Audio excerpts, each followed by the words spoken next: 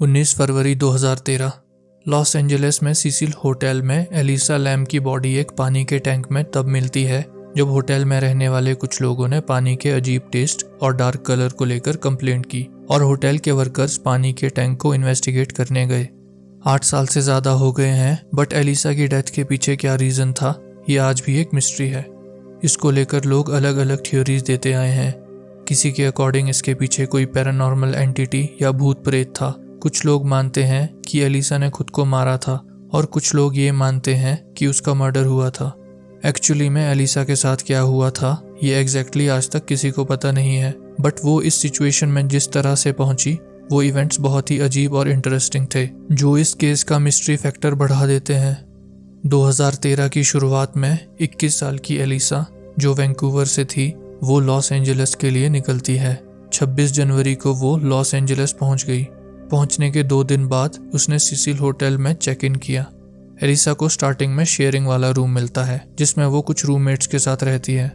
Roommates को Elisa का behaviour अच्छा नहीं लगता और वो लोग एलिसा के बिहेवियर को लेकर होटल मैनेजर से कंप्लेंट करते हैं, जिस वजह से 2 दिन बाद एलिसा को शेयरिंग वाला रूम छोड़ना पड़ता है और वो एक अलग से रूम में रहने लगती है। इस दौरान एलिसा रोज अपनी फैमिली के साथ कांटेक्ट में रहती थी। उसकी बात रोज अपने पेरेंट्स से होती थी। 31 जनवरी 2013 के दिन एलिसा को सीसिल होटल से चेकआउट करके सेंटा क्रूज के लिए निकलना था, पर उस दिन एलिसा का अपने पेरेंट्स से कोई कांटेक्ट नहीं हुआ था।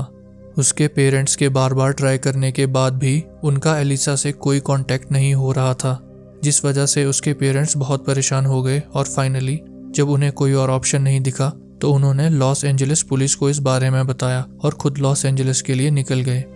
पुलिस ने एलिसा को ढूंढना शुरू कर दिया। ज्यूरिसडिक्शन में रहकर पुलिस जितनी कोशिश कर सकती थी उन्होंने की। उन्होंने एलिसा के रूम को सर्च किया और सर्च डॉग्स को यूज करके पूरी बिल्डिंग और छत को भी सर्च किया, बट वो सक्सेसफुल नहीं रहे। एलिसा का कुछ पता नहीं चला। एलिसा का बाइपोलर डिसऑर्डर और डिप्रेशन का इलाज भी हुआ था, तो इसके बेसिस पे कुछ इन्वेस्टिगेटर्स के अकॉर्डिंग शायद डिप्रेशन में आकर एलिसा ने सुसाइड किया हो, बट उसके पेरेंट्स के अकॉर्डिंग स्ट्रेस में होने के बाद भी कभी एलिसा ने इससे पहले सुसाइड करने की बात या अटेम्प्ट कभी नहीं किया था। इसके अलावा एक रिपोर्ट में ये बात रिवील हुई थी कि एक बार एलिसा बिना किसी को बताए कुछ टाइम के लिए कहीं चली गई थी। उसका किसी से भी कांटेक्ट नहीं था और वो मिसिंग हो गई थी, पर बाद में वो खुद ही वापस आ गई थी। एलिसा के लास्ट टाइम दिखने के 1 हफ्ते बाद 6 फरवरी को पुलिस ने सीसिल होटल के आसपास एलिसा के पोस्टर्स लगा दिए और इसके साथ उन्होंने सोशल मीडिया पर भी एलिसा की फोटोज यूज करके लोगों से एलिसा से रिलेटेड डिटेल्स और उससे ढूंढने के लिए हेल्प मांगी। 1 हफ्ता और बीत गया पर एलिसा का अभी भी कोई पता नहीं था। फिर 14 फरवरी को पुलिस ने एक और स्टेप लिया और उन्होंने एलिसा के लास्ट टाइम दिखने की सीसीटीवी फुटेज को पब्लिक के लिए रिलीज कर दिया। ये फुटेज सीसिल होटल के ही एक एलिवेटर में लगे सीसीटीवी कैमरा से मिली थी। वीडियो में दिख रहा था कि एलिसा एलिवेटर के सारे बटन्स प्रेस करती है, पर इसके बाद भी एलिवेटर बंद नहीं होता। इसके बाद ऐसा लगता है कि एलिसा किसी से छुपने की कोशिश कर रही थी। उसके कुछ टाइम बाद वो एलिवेटर के पास अजीब तरह से चलती है और उसके बाद जैसे ही वो एलिवेटर से थोड़ा आगे चलती है वैसे ही एलिवेटर बंद हो जाता है। वीडियो में एलिसा यहीं तक दिखती है।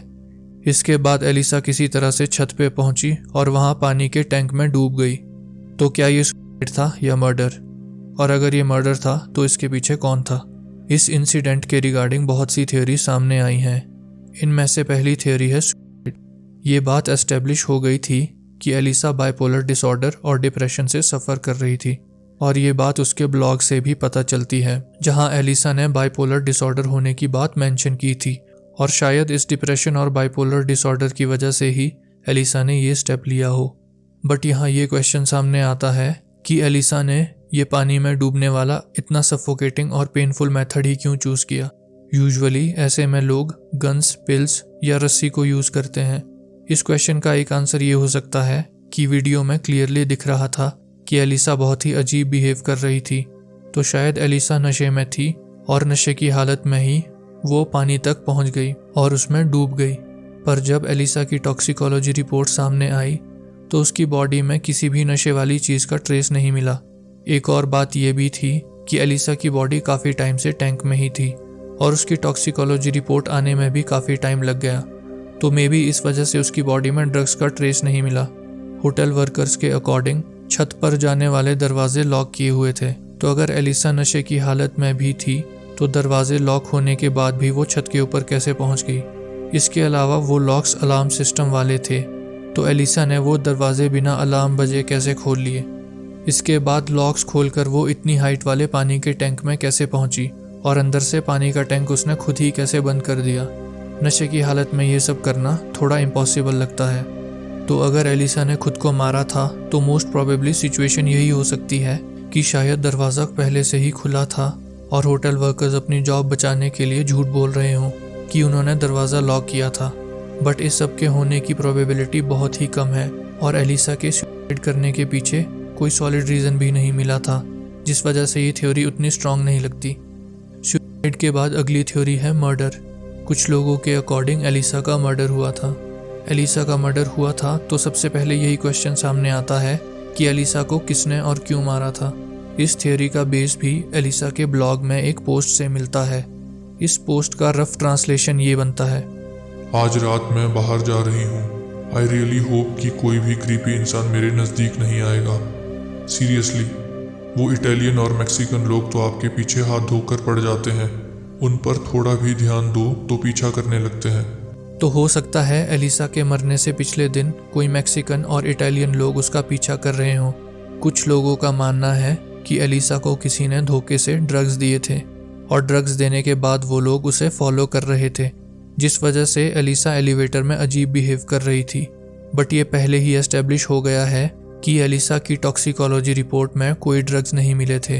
पर वीडियो ध्यान से देखने पर क्लियरली ये लग रहा है कि एलिसा किसी से छुपने की ट्राई कर रही थी, तो मे बी कोई एलिसा को मारने की कोशिश कर रहा था और वो उससे छुप रही थी।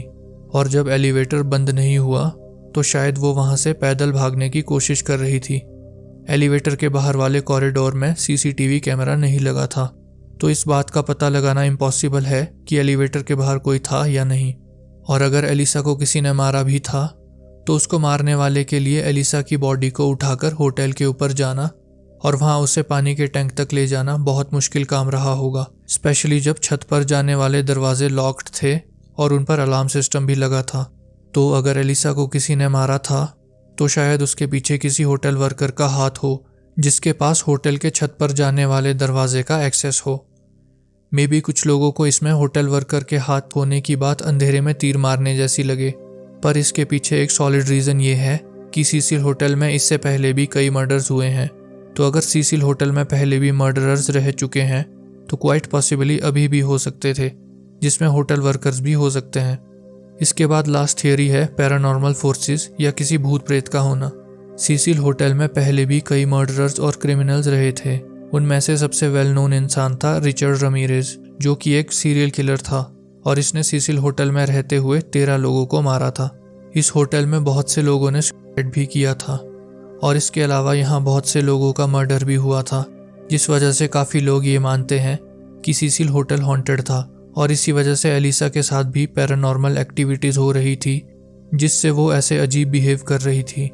इंटरेस्टिंग बात यह है कि इंसिडेंट से 8 साल पहले एक मूवी रिलीज़ हुई थी जिसका नाम था डार्क वाटर। मूवी में एक माँ अपनी बेटी के साथ एक फ्लैट में रहने जाती है। बेटी का नाम सिसिलिया था, जो सीसिल नाम से काफ़ी मैच करता है। मूवी के एक सीन में माँ देखती है कि सीलिंग से डार्क कलर का पानी टपक रहा था और बाद में उसे पता चलता है कि पानी के टैंक में किसी लड़की की मौत हुई थी और उसकी बॉडी की वजह से पानी का कलर डार्क हो गया था, सेम जैसा एलिसा के टाइम पर हुआ था।